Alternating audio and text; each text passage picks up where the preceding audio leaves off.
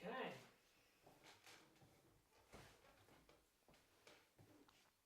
When you're ready. Let's look in a little bit more detail at the concept of credibility. So in the previous video and the exercise that you did, you will have come up with a number of things that will help you demonstrate evidence. Stop. Do it in a much slower. Do the credible. Oh, do the credible voice. Do the credible voice pattern. So let's look now at the concept of credibility. In the previous video, you will have come up with some ideas for yourself, things that you can do to evidence, build and demonstrate your credibility to the audience that you're trying to influence. But what else could you do, and what else would be most effective in any given situation? Well, the first thing that I want to share with you is a concept called the power of three. Now, you may not have heard of this, but the power of three is something that is prevalent all around us. So if you listen to political people speaking, comedians, you look at marketing slogans, they all use this concept to great effect. Think of Nike. What's the phrase that comes to mind? Just do it. What about McDonald's? I'm loving it. If you think back in previous political campaigns, concepts like education, education, education. So the best influencers master this concept of the power of three.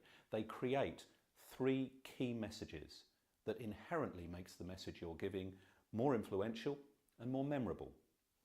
So that first concept of the power of three is something that you can build in to almost any message that you're giving to others, whether that's on a one-to-one basis or a one-to-many.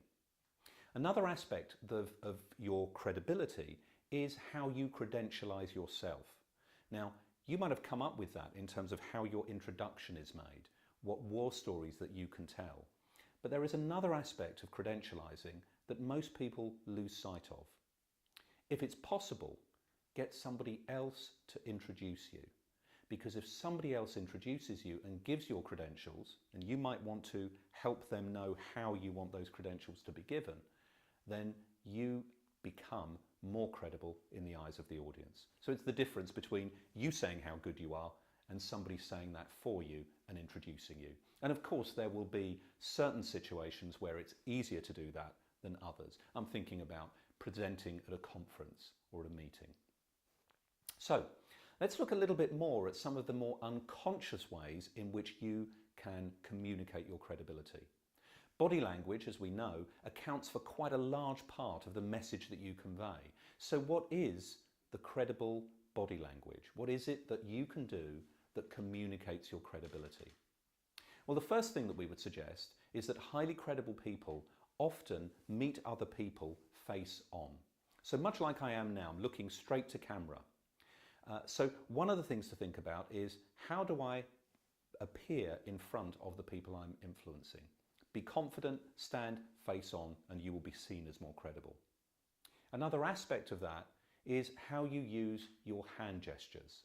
And you might notice that in this video, I'm using hand gestures that are palms down, facing down. In all of our research, what we found is that highly credible people use palms down gestures. So, we've given you a couple of things there that you can do. You can think about your credentializing, you can get others to credentialize you, you can utilize this really powerful concept called the power of three, and you can think about your body language. And when you're presenting, standing up, or even sitting down, using palms down gestures is inherently more credible.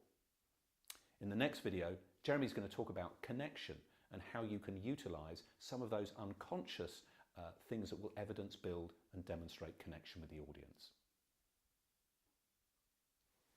Did you do the credentialising, or did I miss that? Yeah, no, I did a lot about credentialising. Okay, fine. No, I switched off, so I was looking at my stuff. Yeah, sure. You did that. That's fine. And with the